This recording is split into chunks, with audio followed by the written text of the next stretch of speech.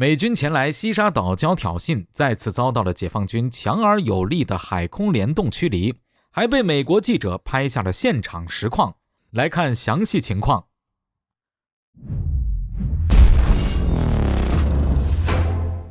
各位老铁大家好，欢迎收看本期迷彩虎，我是虎哥。美国海军日前派出一架 P-8A 反潜巡逻机，经过 KC-135R 加油机的空中加油，长途跋涉来到位于南海的我国西沙岛礁巡弋姿势。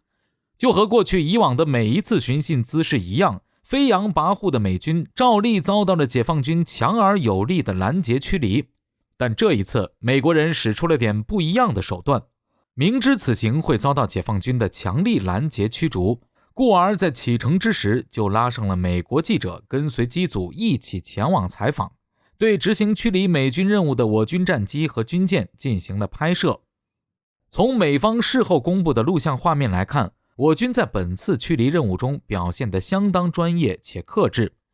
首先，当美军机靠近我国西沙岛礁领空时，我南部战区空军迅速起飞了一架苏27 UBK 战斗机前往并伴飞拦截。在对我军战机进行目标识别的过程中，美军机组识别能力低下的问题再次暴露，导致闹出笑话，错将我军的苏27 UBK 战斗机识别成了歼11战斗机。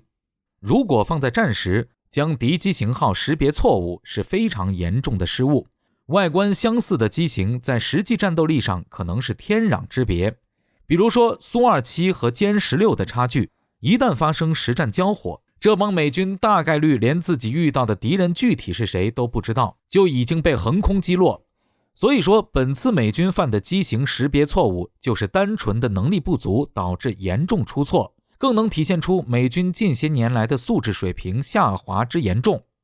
从跟随美军机组一起凌空报道的美国记者拍摄画面中，我们能看到我军出动的苏27 UBK 战斗机携带了10弹，分别是2枚 R-77 中距弹和2枚 R-73 近距格斗弹。除此之外，还携带了一对干扰吊舱，以备不时之需。这充分证明了我军是做好了应对最坏情况的准备的。本次拦截美军机的出击挂载完全就是标准的实战配置。如果美军有任何进一步的挑衅越界等危险举动，那么我军是完全有能力立刻将其击落。说到这里可能有人会问，像苏27 UBK 这种老掉牙的飞机，在我军当中都已经退役了一批了，剩下的为数不多一批也是即将到售退役。派这种非国产的老掉牙战机前去拦截，在美军面前是否有损我军形象，显得威慑力不够。虎哥在这里就得补充强调一下，这种担心实际上纯属多余。美军的 P-8A 反潜巡逻机虽然名字叫反潜，但实际上能干的活可远不只是反潜。对于搭载了众多情报感知和信息收集与侦察设备的反潜巡逻机而言，战机的电磁频谱和数据链信号也在其感知范围之内。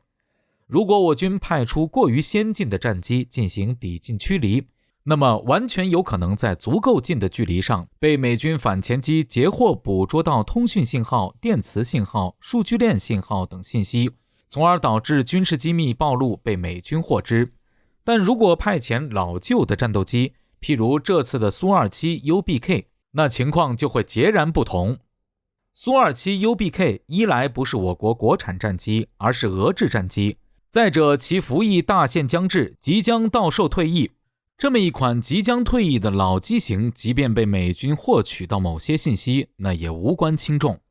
美军将这些信息拿到手，也只能对老一代的俄制战机展开研究，对我军并无影响。且我军飞行员驾驶苏27 UBK 多年，技能可靠，经验丰富，对付 P-8A 这种亚音速反潜巡逻机完全是手到擒来，游刃有余，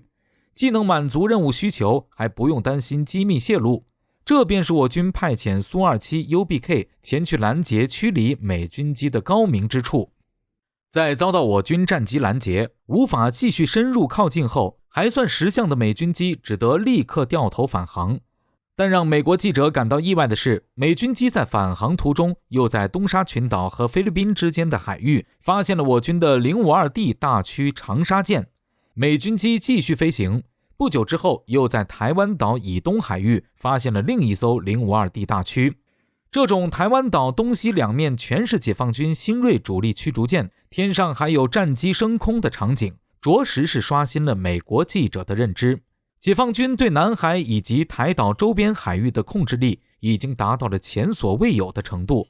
同时也以实力证明，不管是美军还是台军，解放军都有万全的准备随时应对，完全有能力守护祖国领海领空不被侵犯。